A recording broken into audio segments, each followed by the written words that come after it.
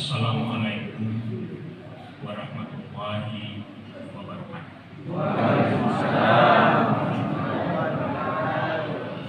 Yang dimuliakan Allah, jamaah Masjid Al-Manan, dan saya tidak salah sebut,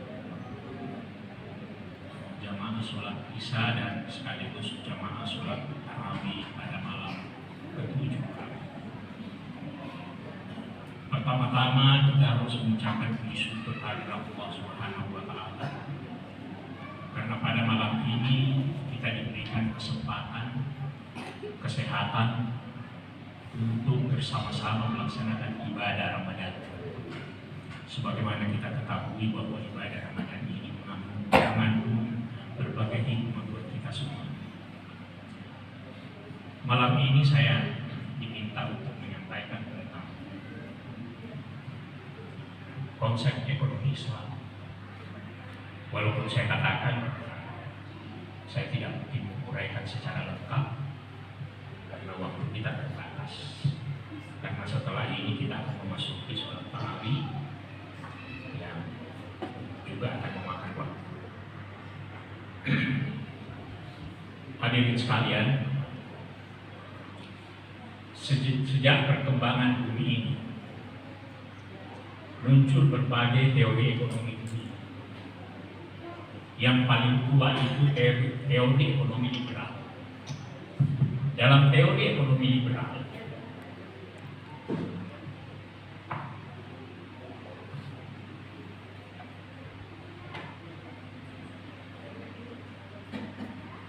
di dalamnya terjadi persaingan yang tidak terbatas, sehingga digambarkan oleh para ekonom ibarat ikan. Orang di sini yang banyak Bugis mana? Rapat ibu, bau kencing nanti bau kaya. Jadi di ekonomi liberal itu orang saling makan, saling takluk menaklukkan. Akibatnya muncul teori bahwa seluruh sumber daya agar bisa dinikmati oleh seluruh masyarakat harus dikuasai oleh negara. Inilah yang disebut dengan ekonomi sosialis atau komunis. Itulah kenapa di negara komunis tidak ada orang Anda tahu mana realita. Semua milik negara. Sampai hari ini di Vietnam, kalau kita datang ngomong investasi, tidak usah takut ada unjuk rasa. Kamu kok paling kita? Pemerintah sudah siapkan sampai hari ini. Tetapi kemudian ternyata teori ini gagal. Hampir seluruh negara-negara penganut paham komunis berubah, mulai dari Cina. Cina sekarang menganut dua aliran. Politiknya tetap komunis, tetapi sistem ekonominya dia menganut politik ekonomi pasar bebas yang dianut oleh kelompok liberal. Dan mereka bisa maju luar biasa, seperti Vietnam sekarang. Minjol kita merdeka dari Vietnam, tapi Vietnam sudah melampaui kita dalam soal kemajuan. Jadi dua teori ini berlomba. Akhirnya negara-negara komunis menganut dua sistem. Sistem politiknya dia tetap komunis, semua kekuasaan di tangan negara. Tapi sistem ekonominya dia menganut pasar bebas. Di sana sekarang kita bisa punya tanah, kita bisa punya perusahaan. Dari dua teori ini manusia belum puas. Kemudian muncul alternatif ketiga, yang sana para ulama jalan tengah. Muncul ekonomi Islam. Ekonomi Islam ini tidak menitik beratkan hanya sekedar mencari keuntungan, tetapi di dalamnya ada asas keadilan, ada asas pemerataan, dan asas manfaat. Yang untuk tiap Islam itu memandangkan kita biasa ada kewajiban 10%. Tidak tersebut hasilnya ada kewajiban 10%. Kemana? serahkan kepada Allah untuk kepentingan umat. Itu beda kita dengan mereka. Itulah sebabnya kenapa Rasulullah SAW memberikan petunjuk kepada kita bahwa dalam hidup ini orang tidak dilarang kaya, orang tidak dilarang berdagang, orang tidak dilarang untung besar, tapi perhatikan etika. Etika itu adalah perilaku yang berdasarkan dimensi akhlak. Silakan Anda berdagang, silakan cari untung, tapi dongkok bagi kita. Silakan kau cari untung sebanyak-banyaknya, tapi perhatikan aspek-aspek sosial, kewajiban kepada sesama umat, sesama kepada manusia. Itu yang dipesankan oleh agama. Dan ini tidak ada di dua sistem yang ada. Mereka hanya khusus bagaimana mencari keuntungan. Persaingan bebas. Kalau kau tidak kuat, kau yang habis. Malah kau contoh, Pak. Coba sekarang kita ke Merauke.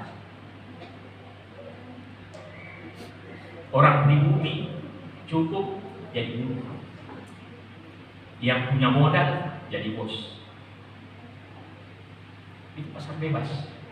Dia masuk ke Indonesia tidak kasih izin usaha tambang. Keuntungan terbesar kemana? Kembali ke negara. Yang masuk ke Indonesia sekedar pajak.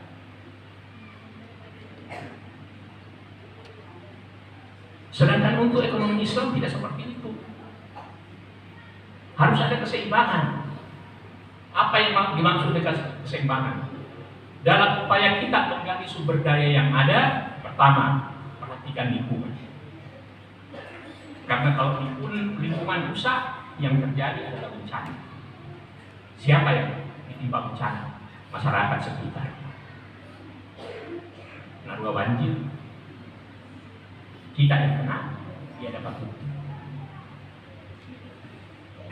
Jadi Islam mengajarkan kita supaya menjaga keseimbangan, daulewah. Jangan melampaui batas. Perhatikan dalam mengambil apa yang disiapkan oleh Allah Subhanahu wa Ta'ala, kita tidak merusak lingkungan. Lakukan setelah kita mengambil, lakukan perbaikan. Diamnya sewaktu ada pengawas lingkungan dari Sulawesi Tengah.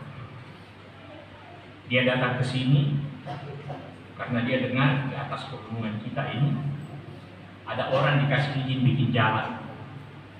Dikasih jalan 10 meter lebar, diambil 20 meter. Kenapa diambil 20 meter? Karena 10 meter itu di samping kiri kanannya ada kayu. Itulah kayu dia jual. Jadi dia datang ke rumah. Dia bilang, Pak Jenderal, saya mau tangkap di atas pengusaha yang berjalan itu. Dikasih izin 10 meter, diambil 20 meter. Ngomong, kenapa tidak? Ke pemerintah. Nomor saya sudah sampaikan ke pemerintah, tapi belum ada tindakan. Jadi Muhammad silakan kamu naik. Kalau ada apa-apa beritahu saya, nanti saya koordinasi dengan polisi. Jadi lagi banyak yang protes. Dia mau Pak, ini kan dia buat jalan supaya daerah terpencil di pegunungan bisa tidak terpencil. Dia bisa ini, yang jalan yang kau buka itu masuk kawasan hutan lindung. Tahu maksudnya ada hutan lindung, tempat resapan air ketika terjadi hujan lebat, sehingga kemudian air tidak meluncur ke bawah secara bebas yang menyebabkan banjir. Itu tujuannya. Oleh karena itu dalam melakukan pembangunan, jaga keseimbangan alam.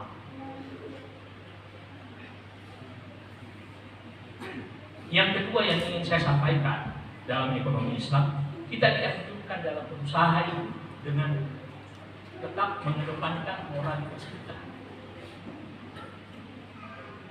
Jujurlah dalam berusaha. kekerapan Nadita. Kalau dia jual barang, itu harga barang setara dengan kualitas barang. Nanti dapat kita Pak, kalau beli di online kelihatan bagus, kalau sana tak pada ribunya dia apa barang apa nih pelakan ini. Si bagi kita. Jadi jujurlah dalam berdagang. Ini moral Islam yang katakan. Sedangkan mereka tidak peduli. Yang penting semua tahu. Yang kedua dalam ekonomi Islam, silakan untung, tapi jangan berlebihan. Artinya jangan berlebihan. Kalau kau punya modal 10.000, daun kau ngesumaro 90.000.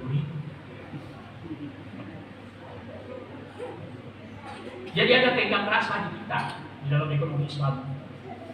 Kita semata-mata mencari apa namanya, mencari itu.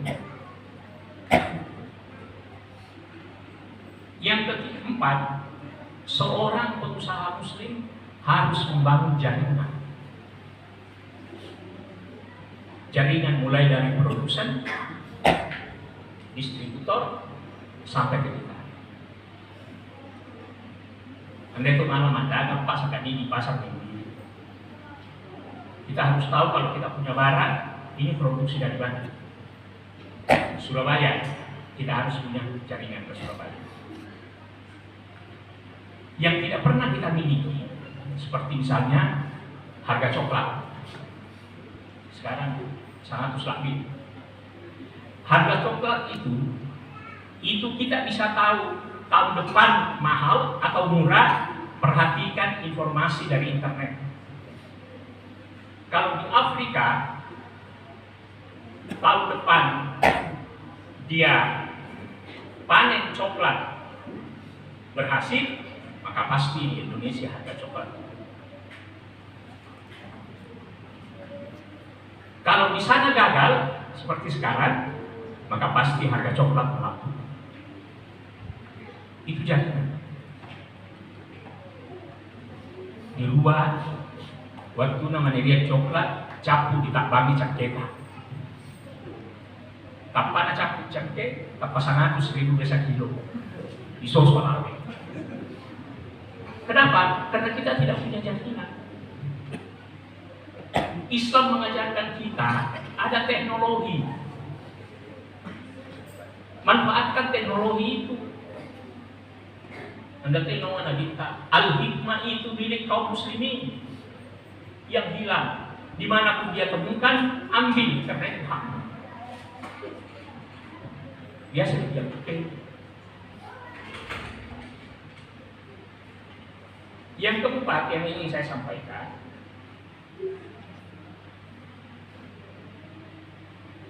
jangan mudah menyerah. Nama itu pedagang. Kadang di atas, kadang ke bawah, kadang ke bawah.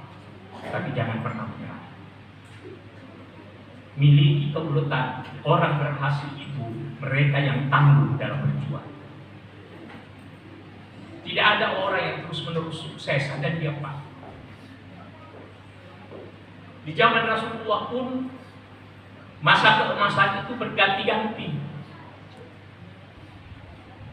Nabi tak Pak, nanti setelah berhasil selama 22 tahun, baru kemudian ditulis oleh seorang penulis dunia bahwa Muhammad itu adalah orang nomor 1 tertua di dunia. Nabi Isa alaihissalam itu kita di nomor 2. Kalah sama Napoleon Bonaparte di waktu. Setelah beliau tidak ada. Waktu Napoleon dia menyebar Islam, berbagai hinaan yang dia dapat. Tapi terus-menerus berjuang, kemudian berhasil menciptakan sebuah peradaban Islam klasik yang sampai hari ini berpengaruh terhadap peradaban dunia. Padahal dalam teori peradaban, satu kali peradaban itu muncul butuh waktu 100 sampai 200 tahun.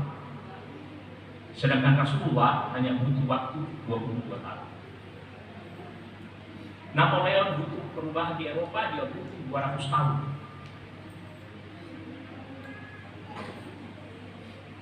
Ini yang harus kita sadari sebagai kaum muslimin. Jadi jangan sampai saya hanya ingin mengingatkan kita semua bahwa pengusaha muslim bisa berhasil kalau dia punya ketangguhan, bisa dipercaya. Ada seorang pengusaha muslim yang sekarang masuk dalam jajaran 10 orang terkaya di Indonesia. Awalnya dia hanya penjaga toko di Jakarta, kayak Tajuk namanya. Kasih dulu di toko-toko kayak 1 tahun dia hasil di situ. Bosnya lihat orang ini bisa dipercaya, dipindahkan ke toko yang lebih besar. Tidak lama di tokonya yang lebih besar itu, dia lihat berkasar, dipindahkan ke mall. Dia bertaraf internasional.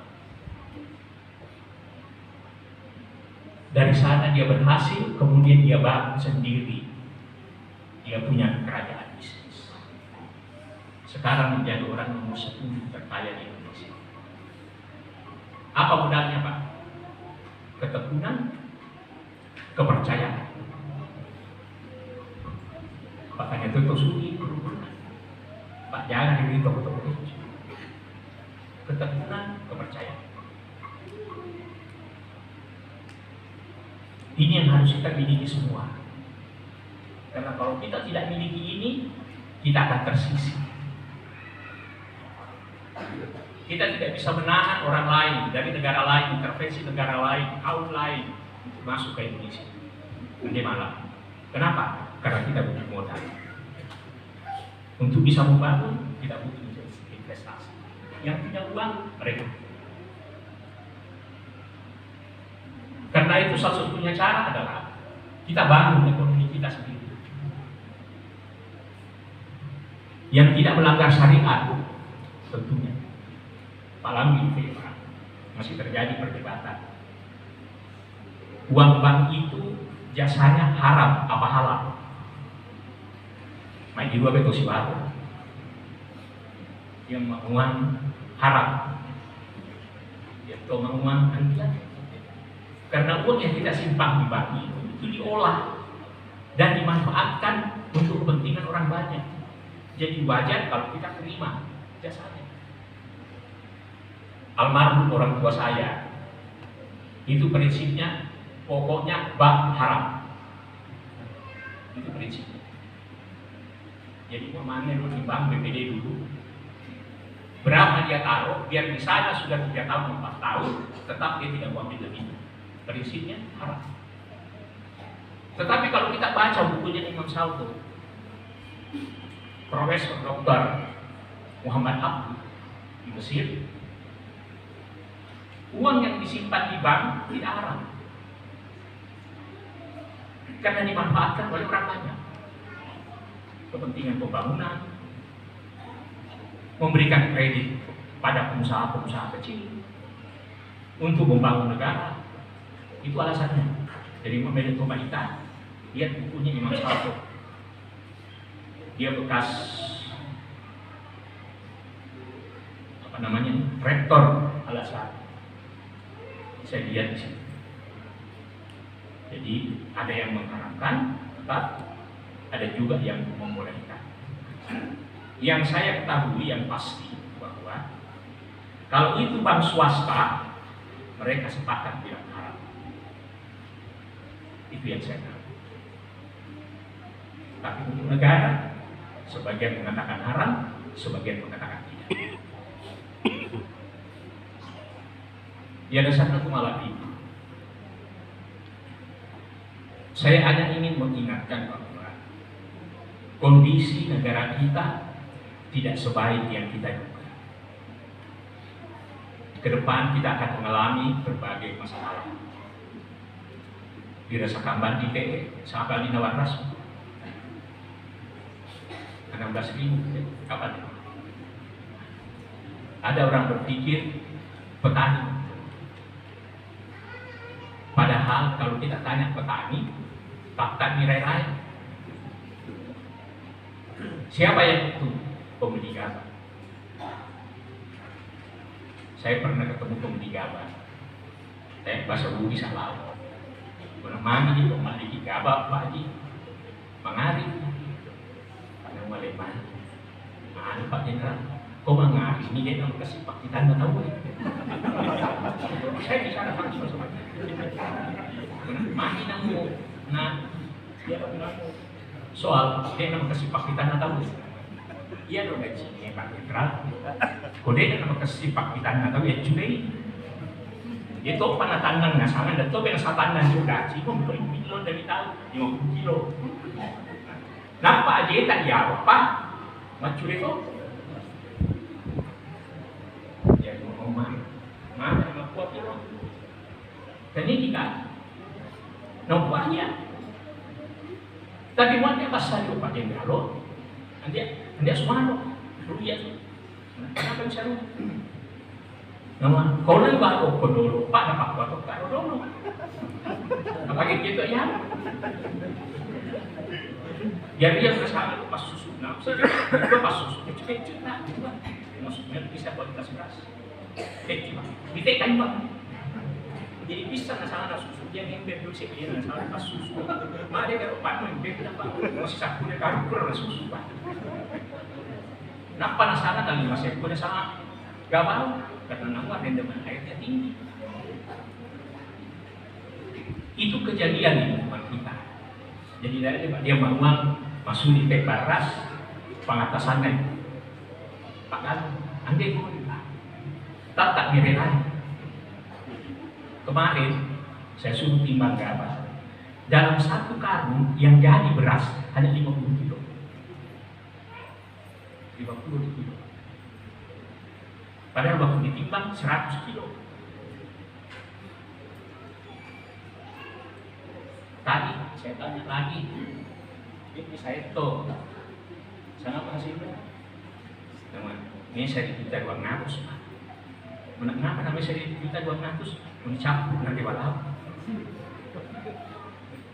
Begitu dari kita petani kita. Padahal harga pupuk, harga obat-obatan semua melambung tinggi dan yang subsidi susah kita dapat.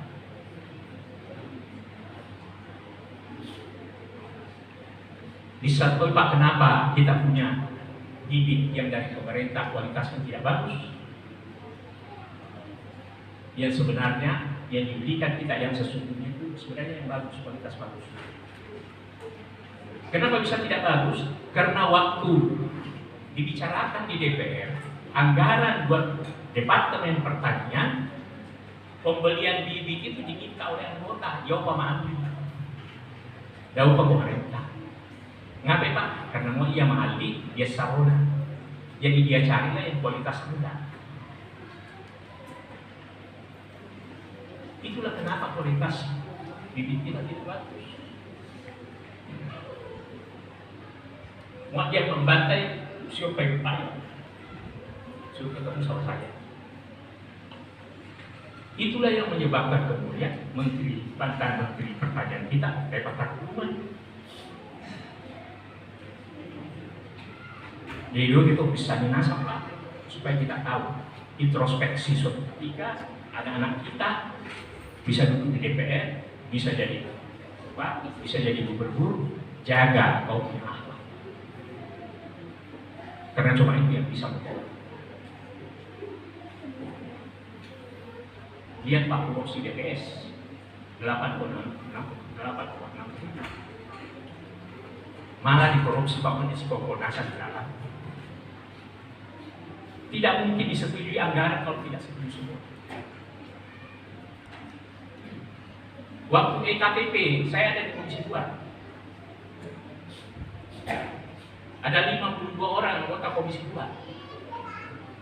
Yang tidak diperiksa cuma saya 2 orang. Budiman Sujatmiko dengan saya. Pak Detek yang Bareta. Desain korupsi berapa? 5,9 triliun. Yang dikorupsi 2,3 triliun. Saya ada di situ. Ini saya sengaja sampaikan kepada kita semua supaya kita tahu untuk diri kita, untuk anak-anak kita. Jadi mungkin anak kita anggota DPR, painara lepa. Jangan sampai dia disebut anggota DPR yang terhormat, padahal merangkap sebagai pacoro. Jangan sampai seperti itu. Ini yang saya minta pesan kepada semuanya, karena dia bukan puas lagi. Mari kita perbaiki diri kita masing-masing. Ya daya lain apa? Perbaiki ibadah kita. Mudah-mudahan dengan ibadah puasa kita, ibadah Ramadan kita, dipoleh Lailatul Qadar. Lailatul Qadar singgah dalam hidup kita. Karena saya punya prinsip ini, kayak ini. Ya misalnya Lailatul Qadar, tanya tuh malaikat boleh dipani. Apa memang apa milik? Yang dimaksud Lailatul Qadar itu, kenapa dia turun setelah 2/3 Ramadan? Karena diharapkan setelah 2/3 Ramadan, ibadah kita sudah sempurna. Dengan kesempurnaan ibadah kita, maka ada hidayah dari Allah Subhanahu wa Ta'ala yang begitu bisa Lailatul Qadar.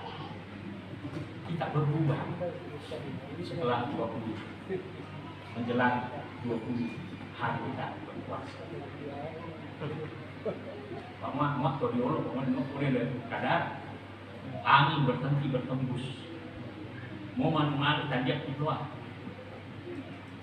Jadi itu goyak taka, saya pernah waktu di Jawa Tengah, pas tatanya Lailatul Qadar, mau bayar nasa apa? Nane nasa laku. Yang tabrak, nggak boleh nasa, bapak boleh batuan. Waktu itu saya sedang latihan. Lihat Pak Mak, saya bilang Pak, kenapa rupanya terang sekali semua jendela pintu dibuka? Anu deh, nunggu Lailatul Qadar. Pura di bawah, mabayang lo jangan, lo inasa bapak, lo makintos. Tapi tamai Pak Coro ya. Capek kayak di sini. Jadi itu subuh ngalau mandoe. Ada apa Pak? Yang tadi malam kemalingan Pak. Ya dan itu sudah kadang boleh Pak. Kita salah paham menangkap itu Lailatul Qadar. Jadi mari kita perbaiki agama kita bulan Ramadan ini. Mudah-mudahan apa yang saya sampaikan pada malam hari ini ada manfaat buat kita semua. Saya minta maaf kalau ada ucapan saya keliru, karena sempurna seorang manusia itu terletak pada ketidaksempurnaannya. Wabillahi taufiq wal hidayah. Wassalamualaikum warahmatullahi wabarakatuh.